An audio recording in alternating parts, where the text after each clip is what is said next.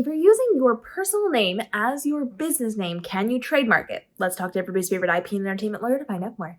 My name is Tony Iliakostas. I'm an adjunct professor of entertainment law and IP at New York Law School, and I have an Instagram, YouTube, and TikTok account called The IP Professor that is dedicated to all things intellectual property. Tony, talk to us a little bit about trademarking our business names if it is our personal name. Is that something we can do? Yes, absolutely. But make sure that you're the registrant of that specific trademark. And the only reason why I want to provide a bit of a heavy emphasis on that is because the USPTO has a very, very specific stance on names and trademarks. They stand by a rule, and I believe it's even laid out in the Lanham Act, which is the governing federal law on trademarks, that you can only register a name if you either are the registrant yourself, the name that's listed is you, or if you have gotten express written consent from the person who has that name.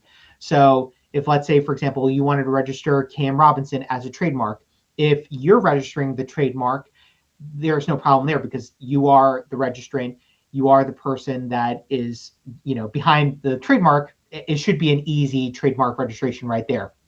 However, if I wanted to register KM Robinson, that would not be allowed unless I have gotten or provided some type of documentation that is supplied to the U.S. Patent and Trademark Office that says I'm authorized as, either a legal representative or as just, let's say, I've just been authorized, period, legally authorized to register KM Robinson as a trademark name in the U.S. Patent and Trademark Office.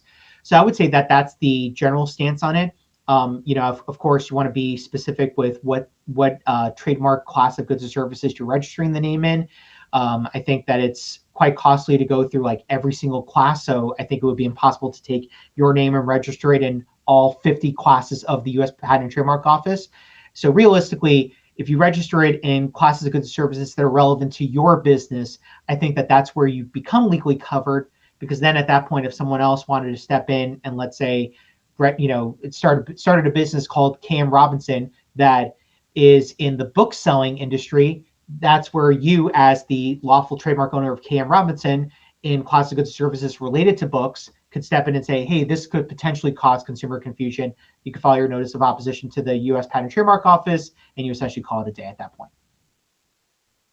That does make a lot of sense. And so if we are going to be registering our names, we do have videos on how to do that, how to find if other people have the trademarks to our names before we jump into those conversations. And as always, if you've got questions on this, ask your lawyer. They're going to be able to guide you through this process and help you out. And drop your questions for Tony down below because he's coming back for upcoming episodes to keep us legally protected in the entrepreneur space. Tony, where can everybody find you online to reach out? You can find me on Instagram, YouTube, and TikTok at the IP Professor. And you can check out my entertainment law podcast called Unseen. New episodes drop every Friday on Apple Podcasts, Spotify, or wherever you listen to podcasts. If you have questions on the legal side of entrepreneurship, drop those down below. Tony's coming back for upcoming episodes, and we're helping you every single day to navigate the world of entrepreneurship so that you can save time and effort and stress, but make more money inside of your business so that you can live your best life while still running your business. We'll see you in the upcoming episodes.